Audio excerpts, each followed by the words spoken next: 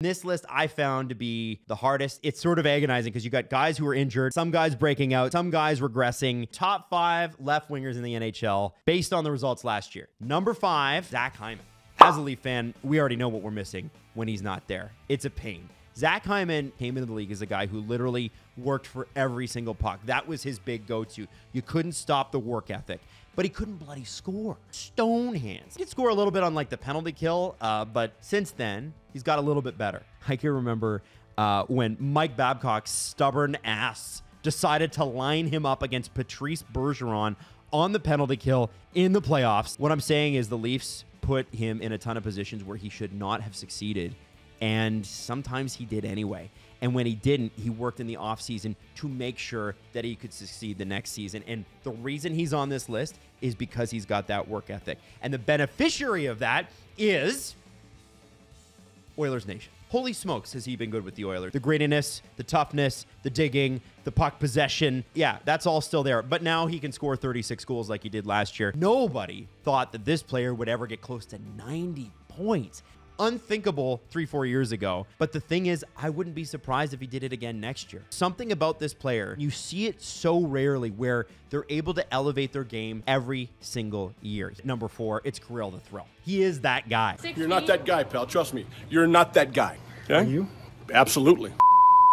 Based on last season and the results, what I think blows a lot of people away, and this is my particular favorite part about Kirill's game, is his ability to make plays at top speed. Like when you think about it, if you're out playing hockey and you're skating, hustling as hard as you can, handling the puck full out, not something that most adults can do at the professional level. Kirill's got this thing where he's able to skate full out, handle the puck, avoid all the bodies, and then set up a play and make his teammates look amazing just for kind of being in the right place. And when he does pass, he continues the speed. He's already figured out what the defense is going to do before he's crossed the blue line in the offensive zone. You know what they always say about tough guys? It's like, well, everybody skates a little bit taller when that so-and-so is on the ice.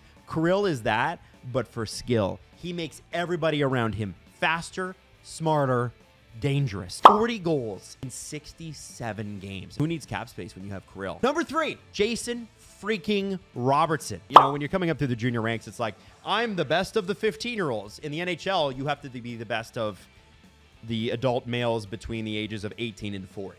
Jason Robertson has never had that problem. 210 games in the NHL, and he has scored 104 goals. Basically, every other game he's going to score. That is a stupid pace, and he's just getting better. And we knew he was great last year, but I don't think anybody expected 109 points. That's what kind of really set him apart. Second in scoring in the entire league for left wingers. He's always in the spot he needs to be to score.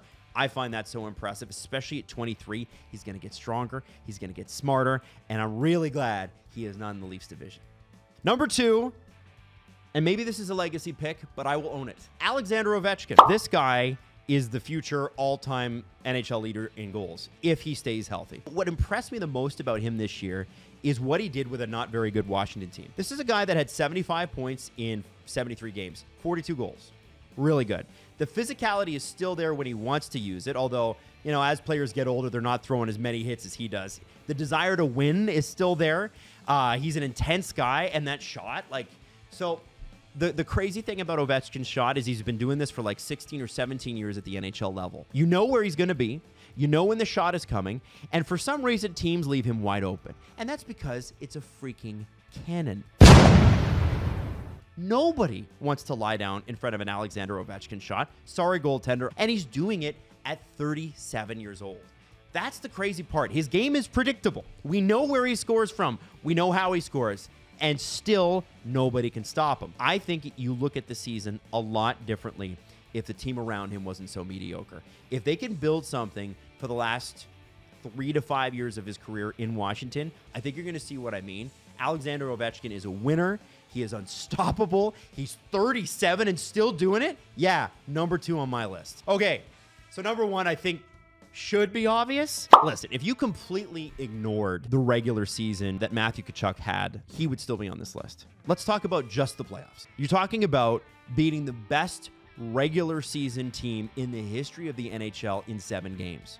You're talking about beating the finally through to the second round for the first time in 19 years, and all the momentum's on our side. We want Florida! Toronto Maple Leafs. Embarrassing. Here's the crazy part, and this is the one that sticks out to me. Of the run that the Panthers had this year, the third round against Carolina, I've never seen anything like this before. Carolina Hurricanes are defense first, stifling. They are the physical embodiment of Rod Brind'Amour. They are in great shape. Matthew Tkachuk, with his leadership and his point scoring, and of course the Florida Panthers as well, got Rod Brind'Amour, one of the smartest people in hockey, in front of a group of media and a microphone. Got him to say, well, we don't look at it like we got swept. We look at it like, we at least won a game. I mean, come on. That's Copium 101. Florida Panthers swept the Carolina Hurricanes? Can you imagine saying that going into the playoff? You can't. He was their silver bullet. I think nowhere was that more visible than when he was not there and not at his best for the Florida Panthers in the finals. It's not his fault. You break a sternum, I don't know how you're going to be great. If we are counting the regular season, he tied Jason Robertson. But Jason Robertson played 3 more games, so I'm going to give the tiebreak to Matthew Tkachuk. Both had 109 points. He was so great that the next highest scoring player on the Florida Panthers, Sasha Barkov, had 78 points. Florida Panthers making a run at the Stanley Cup Finals? I'm not so sure. But man, I don't think I've ever seen anything like what they were able to pull off this year. Matthew Tkachuk, #1, well-deserved. And now, here are my honorable mentions. Artemi Panarin, amazing year. Tim Stützle dove into this list. Should have dove into this list. Kyle Connor. It's painful to leave players like that off, but it is a top 5 list. You got to make your choices. I did. Do you love him? Do you hate him? Where did I go wrong? You could, just tell me I'm super right and super awesome and really good at this. Hit us up in the compliment section. Subscribe to the channel because it really helps what we're doing. And we'll keep coming with the top 5 lists as the summer goes on.